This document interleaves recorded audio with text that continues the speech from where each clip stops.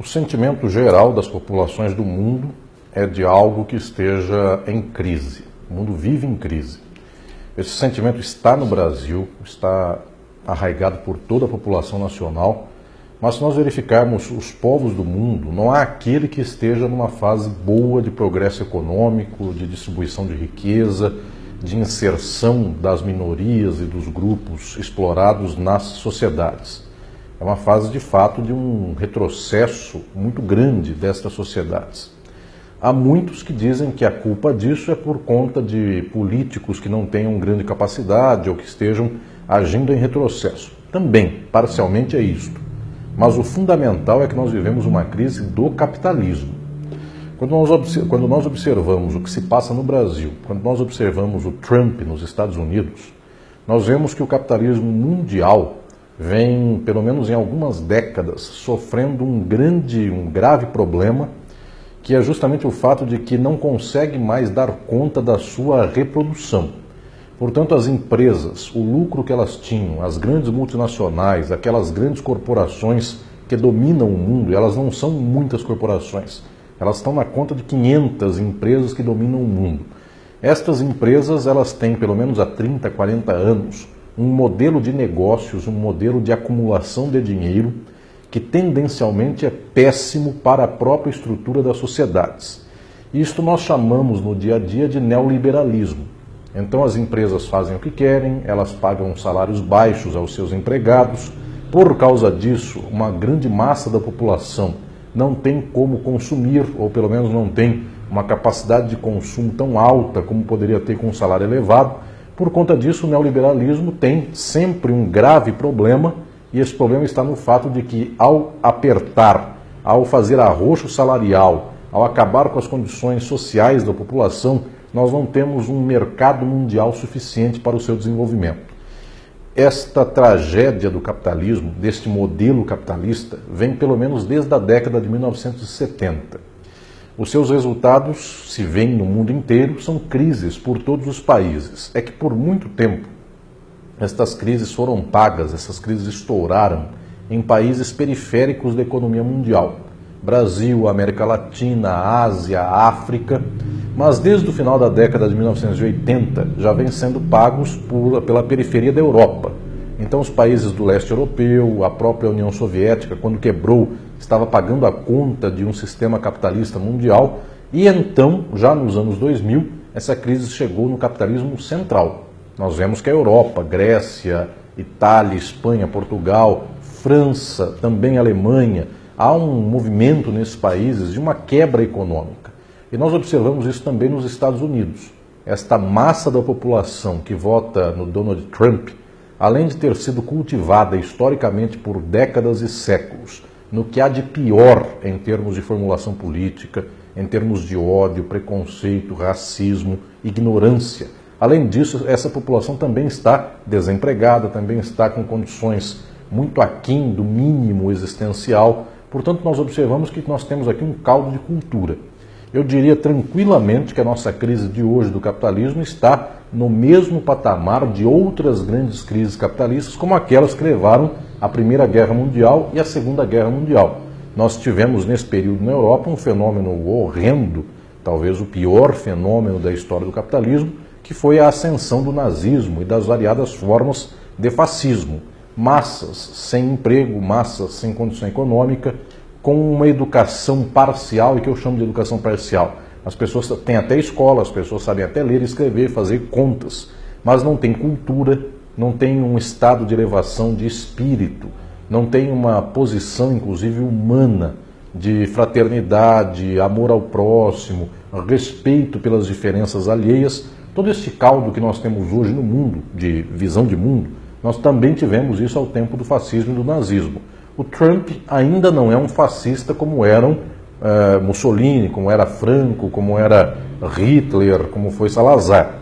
Nós temos, de fato, ainda uma distância, mas nós já vemos hoje no mundo ressaltar um discurso de ódio, um discurso que afirma com muito gosto que se quer matar o próximo, que aquele que é diferente é um vagabundo. Nós observamos, inclusive, a tendência das pessoas a chamar isto por doença. Então as pessoas dizem: quem é de esquerda é doente, este termo infame que muitos usam, que é esquerdopata. Patos, em grego, quer dizer doença. Então, quem luta pela transformação da sociedade, quem luta para dar pão para quem tem fome, é chamado de doente. Porque o certo, o normal para essas pessoas seria de fato que o pobre morresse de fome. Então, nós observamos aqui a grave distorção, inclusive, de horizontes que nós temos nesse mundo. Agora, isto vem sendo fomentado há muito e muito e muito. Meios de comunicação de massa, escolas que ensinam, inclusive, o abecedário, mas não formam seres humanos melhores. Inclusive, quando querem formar, aí vem gente que vai brigar com a escola, porque a escola está, inclusive, ensinando a democracia, a respeitar o outro, a ter uma certa possibilidade de olhar para o diferente com respeito. E tudo isso, muitos, inclusive, abominam na própria sociedade. Eu diria, então, que nós vivemos um quadro no qual nós fomos cultivados historicamente para esse ódio. Esse cultivo do ódio, às vezes, é mantido num patamar médio, mas quando, junto ao encontro deste movimento de ódio, vem também uma grave crise econômica e as pessoas ficam desempregadas e são incultas e não sabem explicar como funciona o mundo, aí então nós temos esta explosão, como acontece na realidade atual, na qual as pessoas estão desamparadas, na qual, de fato, elas têm uma vida péssima. Quando tem emprego, o emprego é muito ruim, o emprego não dá uma dimensão de dignidade para essa pessoa, não dá um horizonte pelo qual ela diga que aquilo é um sentido para a sua vida, ela tem raiva do que faz, aquilo não tem horizonte, não permite, inclusive, pagar suas contas e poder ter o mínimo de cultura, o mínimo de vida com uma qualidade existencial, nada disso acontece. E além disto, dos que têm um emprego, o emprego é péssimo, há uma multidão que nem emprego tem. Resultado, quando isto se junta, quando se dá esta forma de depressão das condições de um ser humano e das condições de vida na sociedade, e isto está muito ligado também com uma incompreensão sobre o mundo, nós temos o quadro que nós verificamos hoje na realidade. Como as pessoas explicam esta situação? Elas descarregam o seu ódio naquilo que os meios de comunicação de massa dizem que são os responsáveis por este estado de coisas. E, em geral, não é nem a classe política toda, são certos setores da política, quase sempre, aqueles que são odiados pelos donos dos meios de comunicação de massa. Portanto, nós temos uma manipulação total da população. Gente que nunca viu um ser humano na frente, um determinado ser humano, mas que o vê todo dia pela televisão, o vê pelo Facebook, o vê pelo WhatsApp e tantas outras formas de comunicação, essa pessoa já tem ódio mortal daquele que ele nunca viu pela frente. De tal sorte que nós vamos encontrando então a formação de uma espécie de manada social que é gestada neste ódio e, portanto, tem aqui uma espécie de emocional, mundo emocional muito manipulado, é como se fosse um fantoche. E nós observamos esta mesma massa horrenda que odeia determinados setores da sociedade do Brasil, que tem, portanto, aqui a bilis falando mais forte na sua vida, ao mesmo tempo essa mesma manada nunca foi para a cidade de Chapecó, mas sabendo que houve um trágico acidente aéreo com a equipe de futebol de Chapecó, todos os brasileiros são em favor de Chapecó. Ou seja, os brasileiros e qualquer população do mundo são manipulados para fazer amor, ódio, luto, matar, das mais variadas formas, e todos vão entrando neste grande caminho pelo qual a diferença entre matar alguém e estar em luto por conta de Chapecó é mínima.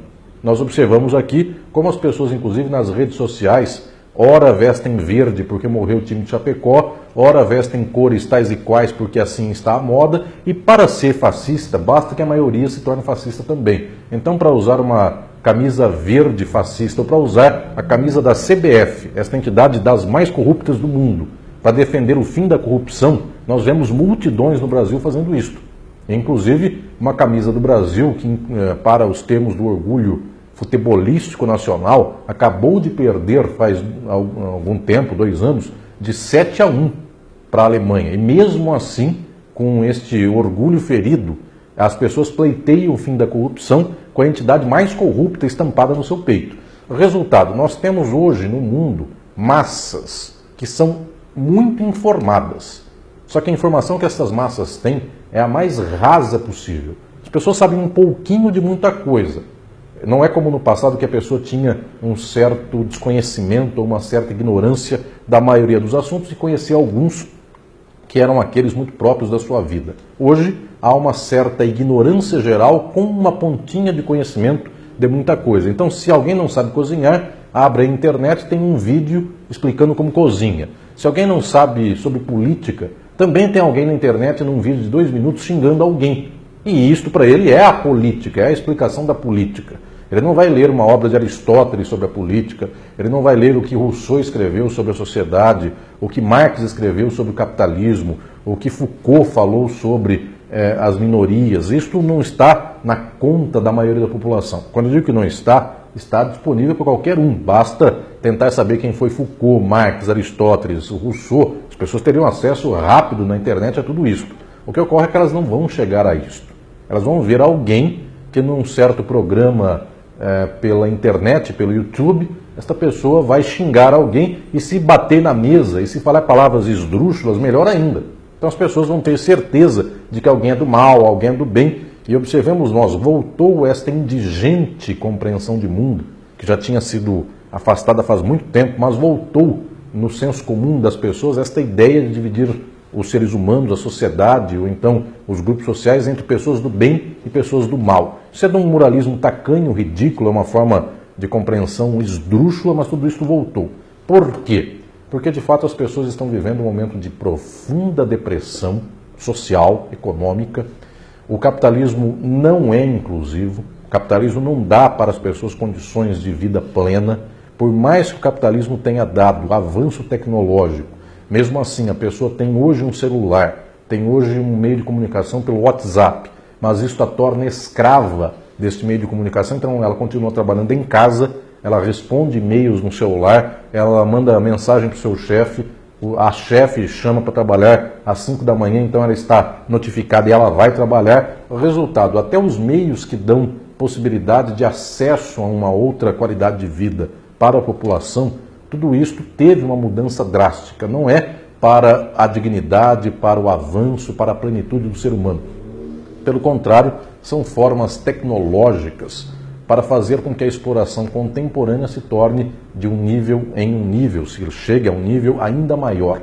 Portanto, eu vejo que a sociedade mundial, brasileira em específico, todas as sociedades do mundo, têm padecido violentamente pelas contradições do capitalismo. Com pouca gente fala sobre o capitalismo, com pouca gente analisa a estrutura social, é como se nós estivéssemos nesses tempos todos colocando um band-aid, colocando aqui alguma coisa provisória para tampar uma doença que é profunda neste tecido da própria sociedade. Exatamente porque nós estamos tentando localizar a culpa num político, a culpa numa pessoa ou a culpa numa instituição. Não estou dizendo que não haja culpas pessoais nem institucionais, mas o fundamental é que nós não estamos enxergando o tipo de sociedade que é a nossa, capitalista. Para ainda falar do capitalismo, nós temos uma certa dificuldade nos países do mundo em falar do capitalismo, porque as pessoas têm um vínculo afetivo muito ruim, inclusive, mas existe isso, mas as pessoas têm um vínculo afetivo com os seus patrões, com os seus capitalistas. Então, uma cidade pequena tem uma usina de cana-de-açúcar. O dono da usina de cana é o grande capitalista daquela cidade. O povo inteiro depende daquele capitalista, então trata, numa forma quase de vassalagem, este grande capitalista local. O que ocorre é que a demanda e a vida do capitalismo é tamanha, as contradições e a exploração capitalista vão de tal modo que hoje, inclusive, o dono da usina nem é mais um local, é um fundo de investimento da China associado com os dos Estados Unidos. Portanto, chega um momento, inclusive, que nem o respeito ao capital nós temos. O que faz, então, a população se manter nesses limites arraigados do capital? É que o capital não é por conta do respeito ao seu patrão, nem por conta de que o seu dono da empresa onde trabalha foi padrinho do seu filho e batizou a sua filha. Não é mais isso. O que ocorre é que as pessoas são bombardeadas todo dia para consumir, para ter. E por causa disso, elas se põe numa lógica do capital de tentar acumular, de tentar trabalhar, de tentar ter dinheiro e tentar pisar em cima dos outros, ao invés de dizer que este sistema todo é errado. A pessoa quer ganhar o seu dentro desse sistema. Soma-se mais uma coisa a esse quadro geral. Qual é isso? além de escolas com um certo nível de formação simplesmente para o mercado de trabalho, não para a crítica, além de uma organização social no qual as pessoas são dadas a futilidades. A televisão só conta o que há de mais bizarro e que não informa num nível profundo a sociedade. Além de tudo isso, nós também ainda temos velhas manifestações que vão se travestindo de novidade e vão se colocando no quadro social. Uma delas é o contexto religioso. As pessoas têm uma certa ligação de mundo com a religião, um certo afeto moral com a religião, então as pessoas não compreendem a sociedade como um bloco ou uma estrutura. Elas creem que sua possibilidade de sucesso ou seu fracasso, tudo isso advém de uma culpa, tudo isso advém de uma escolha de Deus. Então, ao invés de se politizar, ao invés de se juntar para transformar a sociedade, as pessoas, via de regra, rezam. E por causa disso, a doença não é culpa da falta de remédio, não é culpa da tecnologia médica que está ruim, nada disso. A falta de condições de saúde é Deus que está castigando porque alguém fez tal coisa e por causa disso a doença chegou. Resultado, quando se soma o moralismo religioso, quando se põe a isto um nível de cultura muito especificamente técnico, sem visão crítica, e quando se põe uma vasta exploração social, nós estamos como estamos. O capitalismo, mais uma vez, não é a primeira vez, o capitalismo sempre faz isso, mais uma vez o capitalismo está nas portas do fascismo.